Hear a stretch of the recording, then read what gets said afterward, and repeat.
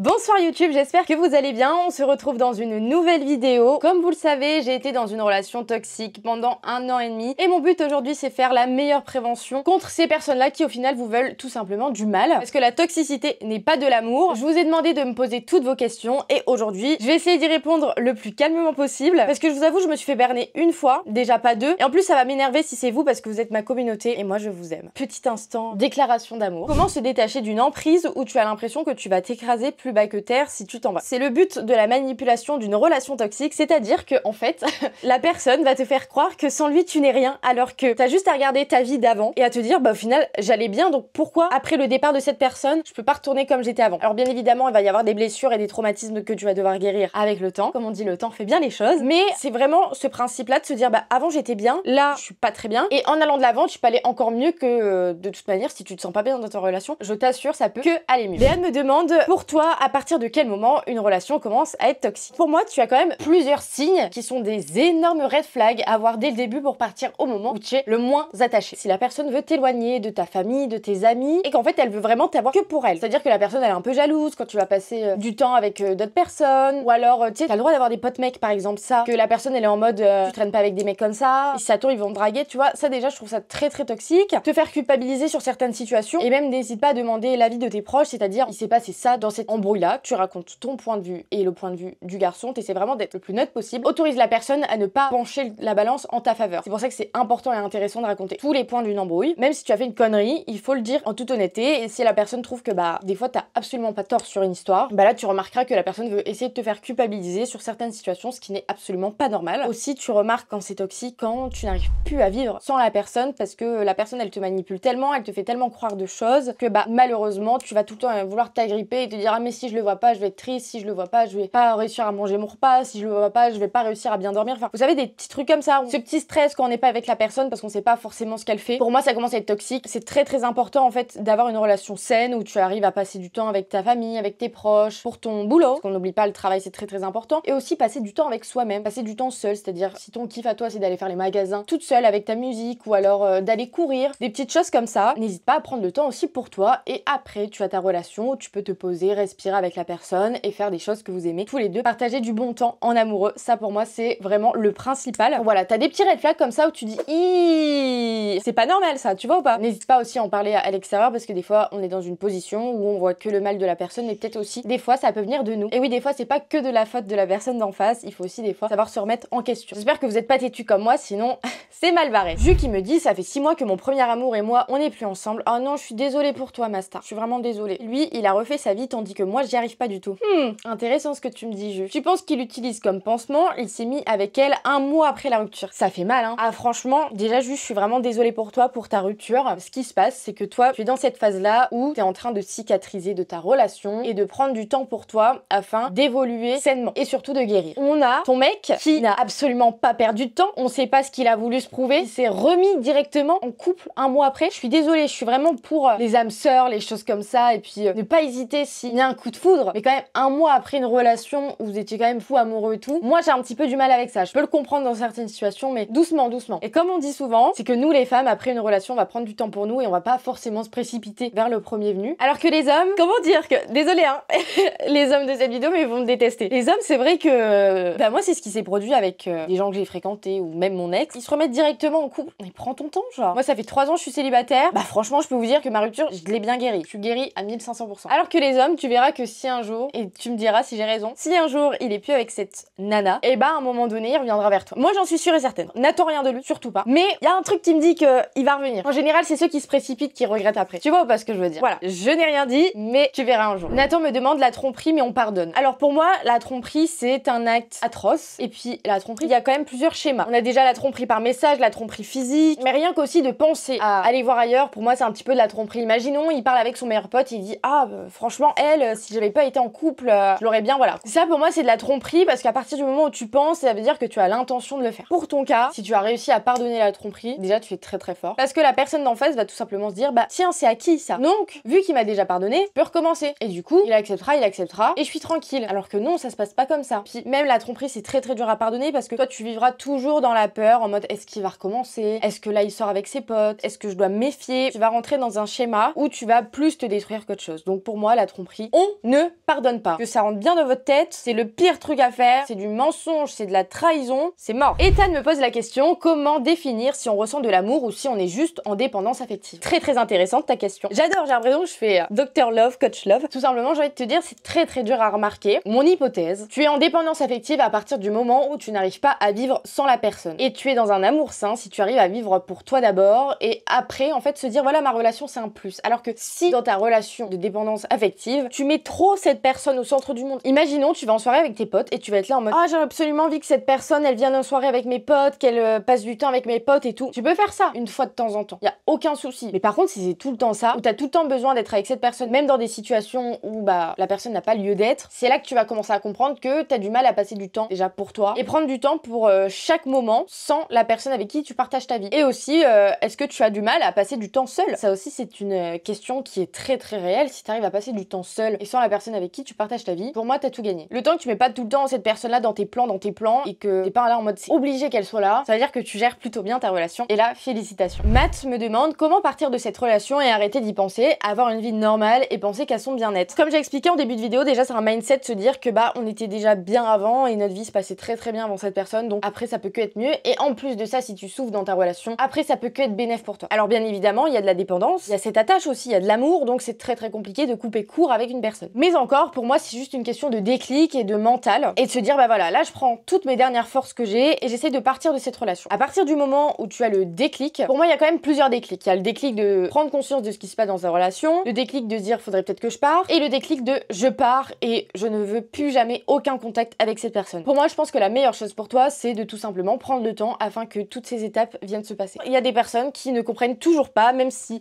c'est vraiment genre posé sur la table en mode ton mec te trompe, ton mec fait ci, ton mec fait ça. Ça, je vous avoue, ça me dérange un peu parce qu'il y a des personnes genre c'est là quoi, c'est en face de tes yeux, tu vois ce qui se passe, tu le sais, t'en as conscience, mais je sais pas, tu restes comme si t'en rien n'était. Dans certaines situations, ça peut être tout à fait compréhensible, mais là des fois, il y a des personnes, elles ont vraiment pas la volonté de s'en sortir. Et là franchement, j'espère que c'est pas ton cas, mais je peux rien pour toi. Laisse-toi le temps de vraiment te détacher petit à petit et jusqu'à partir pour de bon. Vraiment, le dernier déclic, c'est je pars pour de bon et essaye de me renvoyer un message, tu vas voir ce que tu vas te prendre dans la gueule. Jade me demande pourquoi on a toujours envie d'être retenu au moment où on part alors qu'on sait qu'on doit partir, mais on veut sans cesse être retenu. Alors je pense que déjà dans un premier temps, c'est pas une rupture à proprement parler, c'est vraiment pour moi un coup de pression. Là, je me sens pas bien dans la relation, là il y a des trucs qui vont pas, il fait pas d'effort, qu'est-ce que je peux faire de plus pour qu'il réagisse? Donc tu te dis coup de pression, c'est-à-dire ah tiens, je vais lui faire croire que je vais partir et comme ça peut-être qu'il va essayer de me retenir et là il va enfin pouvoir faire des efforts. Je pense que c'est pas du tout la bonne solution. Il vaut mieux que t'ailles lui parler au lieu de lui mettre des coups de pression parce que du coup ça va venir un petit peu titiller ses émotions, peut-être qu'il sera très triste et il aura du mal à s'en remettre, ou peut-être qu'il sera super en colère, ou peut-être qu'il sera juste là en mode c'est un coup de pression parmi tant d'autres et je vais pas trop calculer parce que dans tous les cas ça se passe comme ça et elle reviendra. Je pense qu'il est mieux pour toi et ainsi que pour lui parce qu'il faut pas oublier qu'une relation c'est quand même deux personnes. Il est préférable de tout simplement discuter avec cette personne afin de mettre à plat les choses, de se dire bah voilà, moi je me sens pas bien vis-à-vis de ça, j'aimerais bien que ça change, qu'est-ce que tu peux faire toi de ton côté et moi aussi qu'est-ce que je peux faire de mon côté, parce que les efforts ça ne se fait pas tout seul, ça se fait quand même à deux et s'il y a des choses qui ne vont pas dans la relation, le plus souvent c'est que ça vient des deux personnes. Et je pense qu'il y a quand même beaucoup de sentiments, c'est pas parce que tu lui mets une sorte de coup de pression qu'il ne tient pas à toi. Des fois il y a des personnes qui veulent tout simplement respecter le choix de la personne d'en face, c'est-à-dire si pour son bien la personne a envie de partir, et bah qu'elle parte, je ne la retiendrai pas parce que c'est pour son bien à elle et que j'aime cette personne, je veux tout le bonheur ainsi que tout le meilleur. Ça peut être aussi une autre forme d'amour, c'est pas parce que la personne elle est pas là en mode non t'es sérieuse, reviens, je t'aime, t'es l'amour de ma vie, ne pars pas, je peux pas vivre sans toi, que la personne ne t'aime pas. Justement c'est un petit peu too much et moi je préférais quand même le premier cas de se dire bah je l'aime, si pour elle c'est la meilleure décision, bah je la laisse partir. Andrea me demande est-ce que si ton mec te quitte par appel ça veut vraiment dire qu'il a pas beaucoup de respect pour toi? Ah non, déjà Andrea je suis désolée pour ta rupture, ça dépend de la relation que vous avez. Est-ce que déjà vous étiez assez transparents l'un envers l'autre? Est-ce que vous avez plutôt l'habitude de vous écrire des messages quand il y a des choses qui n'allaient pas, ou plutôt de s'appeler ou se voir en vrai? Pour moi en plus si c'est une relation qui a duré, la moindre des choses c'est de se voir pour mettre tout à plat une fois pour toutes, parce que le problème c'est que toi tu vas finir l'appel, et encore déjà appel c'est bien parce que message je trouve c'est vraiment le pire des trucs. Pour moi t'as message le pire, appel c'est bof mais ça va encore, et en vrai c'est vraiment le meilleur truc à faire avec une personne avec qui on a partagé une grosse relation, et tout le monde je pense devrait faire ça. C'est pas qu'il a pas de respect pour toi, après il y a aussi peut-être ce truc en mode je sais que ça va pas du tout, il faut qu'on se quitte, comment faire, parce que peut-être que en vrai, peut-être la revoir ça va me faire regretter, peut-être que je vais pas réussir, etc. Peut-être que c'est vraiment juste ce truc, j'ai pas forcément le courage, ou alors c'est vraiment je veux me débarrasser de toi. Et désolée de te dire ça comme ça hein, mais c'est en mode bah voilà quoi, je fais mon appel, c'est ciao et puis à la prochaine. Alors non, ça ne marche pas comme ça. Si tu as un minimum d'empathie, si tu as un minimum de considération, tu ne quittes pas par appel la personne que tu aimes. À toi de voir, à toi d'analyser, et puis en plus par appel c'est chiant parce que tu vas radoter et surtout après tu vas te poser plein de questions et puis un appel c'est hop tu raccroches et c'est fini, alors que si la personne tu l'as en face de toi, tu peux pas raccrocher au nez à moins que la personne s'enfuit en courant et que tu ne puisses pas la rattraper, c'est que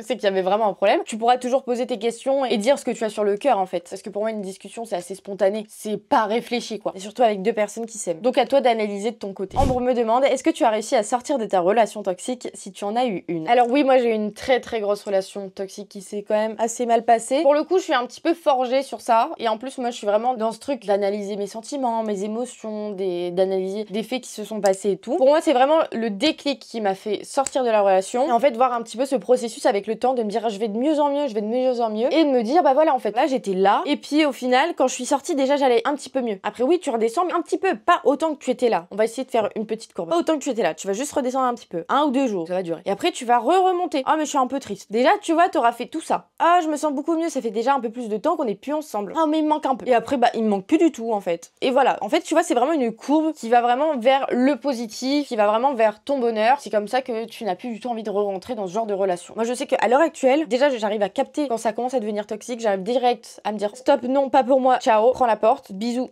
à jamais. Et c'est important d'essayer de s'en rendre compte en fait dès le début, parce qu'à un moment donné on est trop coincé par les sentiments, attaché par la nostalgie, du temps qu'on a passé ensemble, enfin plein de choses, des habitudes, la routine. Faut vraiment partir quand on sait que déjà ça va pas bien, quand on n'a pas toute cette routine, cette habitude, et se dire bah il est encore temps quoi. Clara me pose la question comment s'aimer. Alors ta question est super intéressante, parce que c'est vrai que je trouve que tout le monde devrait faire un petit peu ce processus d'apprendre à s'aimer pour pouvoir être sain dans ses relations. À partir du moment où tu captes un petit peu des choses qui te font kiffer, des choses qui te font évoluer, que tu essayes un petit peu d'apprendre à connaître la personne que tu es, déjà c'est un petit travail que tu fais sur toi-même. Quand tu vas vouloir partager ta vie avec quelqu'un, en fait tu te sentiras tellement bien dans ton corps et dans ta tête que tu pourras aimer sainement la personne que tu as en face de toi. Si déjà toi tu t'aimes d'une manière saine et que tu es pas trop dur avec toi, trop exigeant, des choses comme ça, déjà t'apprendras à faire un gros travail sur toi-même, ça te permettra d'être tranquille, avec l'esprit libre dans tes relations. Imaginons tu as un problème de confiance en toi, ça va poser problème dans ta relation, parce que à partir du moment où il sortira avec ses potes filles, que lui je sais pas en ce moment il est à fond dans Spider-Man et il trouve trop belle Zendaya parce que Zendaya est trop belle, et que limite tu vas lui faire une crise de jalousie alors que c'est Zendaya, au lieu de dire à ton mec oui cette meuf est trop belle, t'as grave raison, et tu vas être plus là en mode mais t'es sérieux à dire ça, gna tu la trouves plus belle que moi, tu vois un petit peu ces réactions de jalouses qui sont très mauvaises pour le couple et aussi pour toi. Et ben en fait la confiance que tu auras en toi va améliorer toutes tes relations, mais partout, que ce soit avec tes parents, avec tes amis, dans ton travail aussi. Avoir confiance en soi dans son travail, ça aide énormément à savoir être fier de soi quand tu fais des efforts pour quelque chose, voir les résultats quand tu donnes énormément de temps dans quelque chose aussi. Ça passe par quand même énormément de choses. Enzo me demande, je devais lui autoriser de voir son ex et pas supprimer les photos qu'elle avait avec lui, sinon elle partirait pour retourner avec lui. Là il y a plusieurs points dans ta question, j'aime bien. Son excuse c'était, c'est mon premier amour, lui je ne peux pas l'oublier et ça sera irrespectueux pour lui. On va quand même parler de ce truc qui a quand même vachement autour des ex, même si là t'es dans un cas quand même assez particulier. Moi je suis pas d'accord de couper contact avec la personne, de la bloquer de partout etc, ça ne sert à rien. Vaut mieux être apaisé de son ancienne relation et limite d'être en bon terme, et je mets les guillemets. Tu peux garder les photos ne sont pas un problème, ça fait partie de ta vie. Tu peux garder le contact, et encore quand je parle du contact, c'est pas en mode s'envoyer des messages toutes les semaines et tout, c'est pas la mort si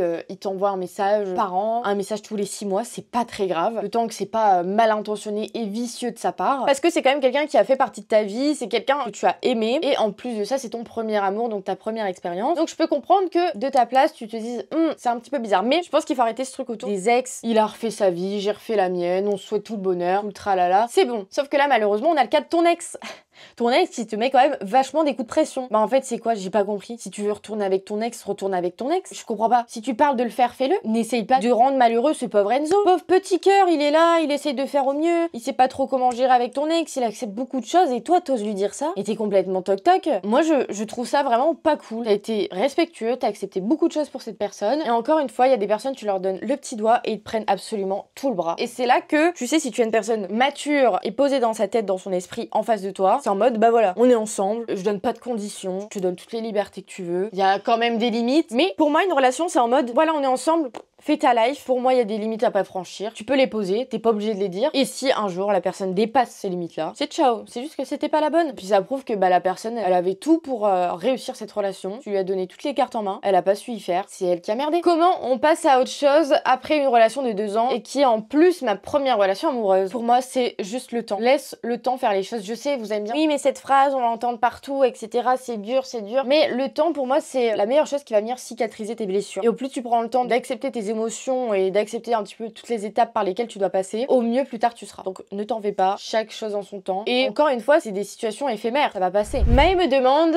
avec ce que tu as vécu, sais-tu maintenant faire la différence entre une relation saine et une dépendance affective? Si oui, donne-nous les différents points qui les différencient. J'adore ta question, je suis hyper inspirée. Déjà, on a la relation toxique et la relation saine. Ton mec sort avec ses potes, relation toxique, réaction, ah je suis pas bien, j'ai la boule au ventre, j'ai peur qu'il fasse de la merde. Relation saine, trop bien, il va passer une bonne soirée avec ses potes, je suis trop contente, il va s'éclater et j'ai hâte qu'il me raconte sa soirée. Relation toxique, si t'es pas contente, tu pars. Relation saine, est-ce que ça te dirait qu'on en parle et qu'on fasse des efforts ensemble? En fait, pour moi, c'est vraiment une nuance de communication sur les choses simples de la vie. Ah bébé, ce soir, j'aurai pas le temps de passer chez toi, j'ai absolument mon mémoire à rendre pour l'école. Ah non, t'es chiant, t'avais dit qu'on se voyait ce soir, à chaque fois c'est comme ça, c'est chiant. Ok, pas de souci mon cœur, bon courage, si tu as besoin d'aide, n'hésite. C'est vraiment des nuances où tu te sens bien dans ta tête, tu vas bien réagir. Si tu te sens un petit peu mal et que tu as absolument besoin de voir cette personne pour un petit peu apaiser ton esprit et arrêter de tourner en rond et se dire mais qu'est-ce qu'il fait, pourquoi là il vient pas me voir ce soir, et ci et ça, et bah c'est comme ça que tu vas réagir et malheureusement tu vas pas forcément réagir de la bonne manière. Alors il y a des situations où tu es saine au début et malheureusement tu deviens toxique à cause de la personne en face, et il y a des relations saines qui se passent super bien. Kiff, c'est le moment de profiter et c'est le moment de découvrir ce que c'est l'amour sain. Tu vas voir, c'est incroyable. Est-ce que un garçon qui était ton mec avant mais tu as pas arrêté de lui parler et qu'il te fait du chantage en te disant si tu m'aimes vraiment envoie-moi des...